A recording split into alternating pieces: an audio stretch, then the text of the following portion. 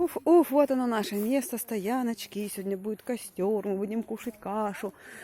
Вот, одну палатку уже установили. Попа Оли.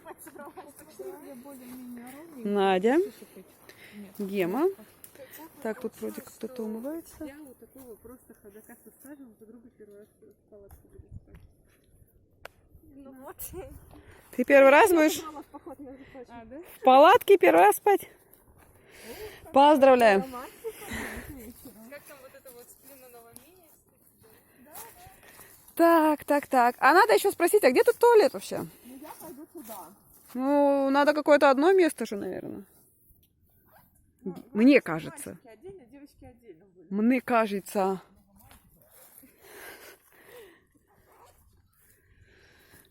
Фух, и купаться.